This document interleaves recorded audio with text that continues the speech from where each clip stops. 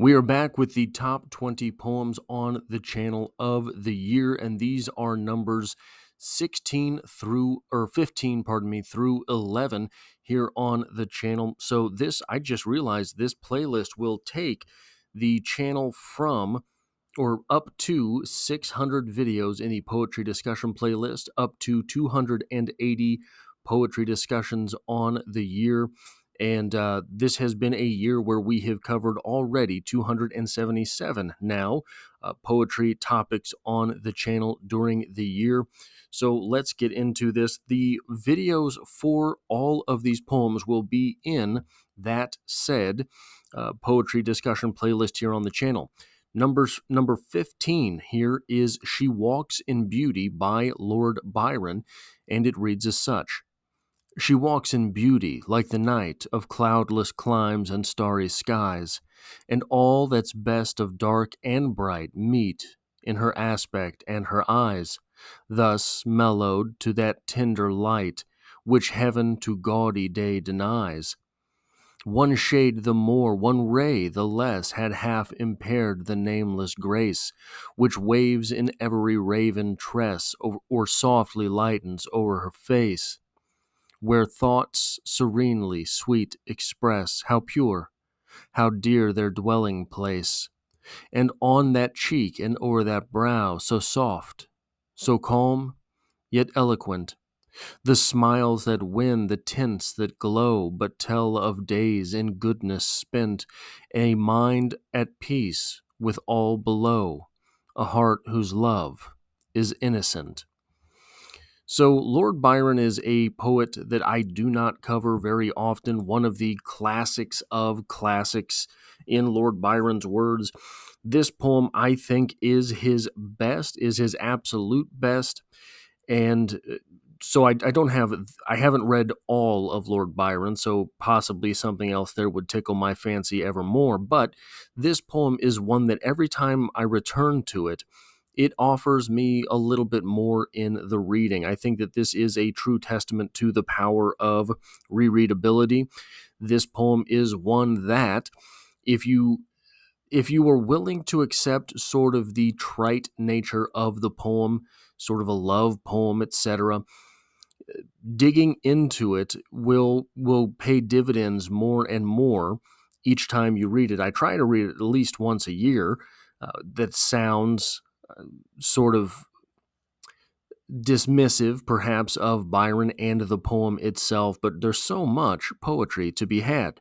So coming back to a poem time and again, and that poem providing you more and more each time, I think really is a testament to the writer that was Lord Byron. The number 14 poem on this list is one that we just covered a couple days ago, or maybe it was yesterday on the poem, depending on when this goes up. In Winter in My Room by Emily Dickinson. It's one that I don't think I've ever read before making the video for it, and it reads as such. In winter in my room I came upon a worm, pink, lank, and warm. But as he was a worm, and worms presume not quite with him at home, secured him by a string to something neighboring, and went along. A trifle afterward a thing occurred. I'd not believe it if I heard, but state with creeping blood a snake that models rare surveyed on my chamber floor, in features as the worm before, but ringed with power. The very string with which I tied him to, when he was mean and new, that string was there. I shrank, how fair you are, propitiation's claw, afraid, he hissed, of me? No, cordiality. He fathomed me, then to a rhythm slim, secreted in his form, as patterns swim, projected him. That time I flew, both eyes his way, lest he pursue, nor ever ceased to run, till in a distant town, towns on from mine, I set me down. This was a dream. Poetry as a repository for wisdom is something which will come back up on this portion of the top 20 poems. But This poem is a subtle reminder that if you don't take care of the problems in your life as they pop up, they will grow and they will be fanged when they return. This poem has little bits to remind you of Edgar Allan Poe within, but I think that this poem, not as lyrical as Poe, Emily Dickinson never is still strongly written, is still easy to read. Poe is very easy to read in his poetry. It's his short stories, in my opinion, that sort of sometimes give pause.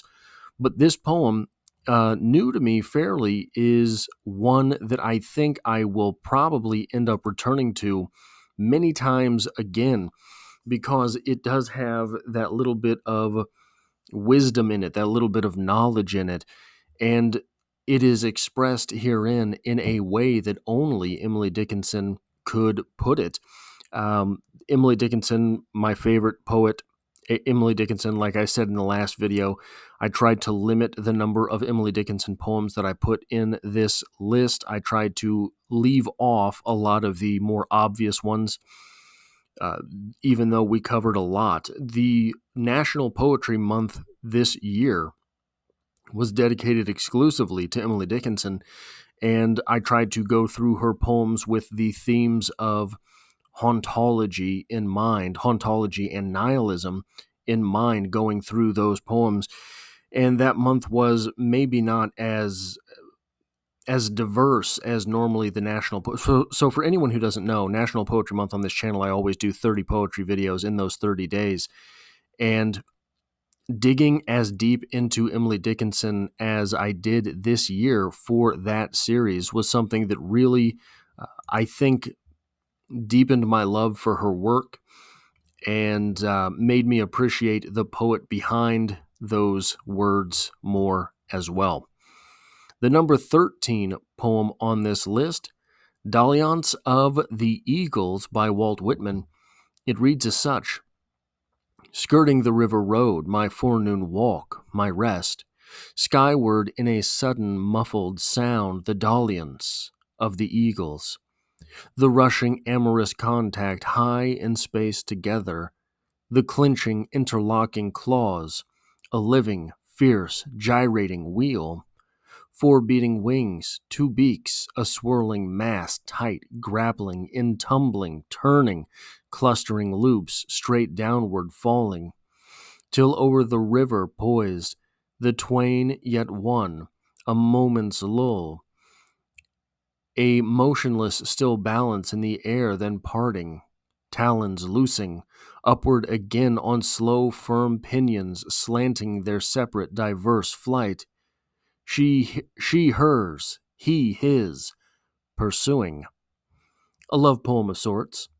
Walt Whitman is someone that I've tried to work onto the channel a little bit more in recent years, and I am trying to do so on the advice of Harold Bloom, not to me, but to all readers. The one of the things that Harold Bloom says about Walt Whitman, he says in tandem with Emily Dickinson that they are the most original of American poets. They are possibly the two pillars on which American letters are stood. And this poem, in my opinion, really sort of captivates why. You have a strong sense of motion in this poem. You can see this poem in your mind as you are reading it. That's a trick. That is not easy to pull off, especially with a poem that is not broken up, I think, to give you the time to digest what it was that you just had read, what it was you had just read. The poem is sort of a cluster of words in the same way. So it's broken up a little bit here in order to make the text big enough to really read on the screen. But the poem itself is a cluster of words that can certainly looks jumbled and can be, I think, probably on the onset challenging if you read it without rhythm. I think that the poem itself has a rhythm to it, and I think that is by design. that is something that makes the poem much more effective in its writing, in its reading, because it does display the fury of the eagles. And if you were talking about Americana, what better a symbol to choose than the eagle itself? Dalliance of the Eagles by Walt Whitman. The number 12 poem on this list, Out Beyond Ideas of Wrongdoing and Right Doing by Rumi. I said that the idea of literature as a repository for knowledge, the idea of literature as a repository for wisdom would come back, and here it is. Out beyond it, the poem itself reads as such. Out beyond ideas of wrongdoing and right doing, there is a field. I'll meet you there. When the soul lies down in that grass, the world is too full to talk about. Ideas, language, even the phrase each other doesn't make any sense. The poem is one of the more powerful that I have read this year. The reason that it is not higher on the list is because of, so obviously it's in translation here, but it does not have the sort of trappings of poetry. It does not have any of the things that you want to read if you sit down to read poetry other than that knowledge and wisdom. But the knowledge and wisdom is there in such great supply that it has to be on this list. I had to put it in here. And sure, maybe it's a little bit picky that I am faulting the poem itself for the artistry involved in the poem as opposed to the message within. But hey, it's my list and I get to do what I want. But I am in love with this idea of, we talked in the last video in this series, poems 20 through 16, about societal expectations.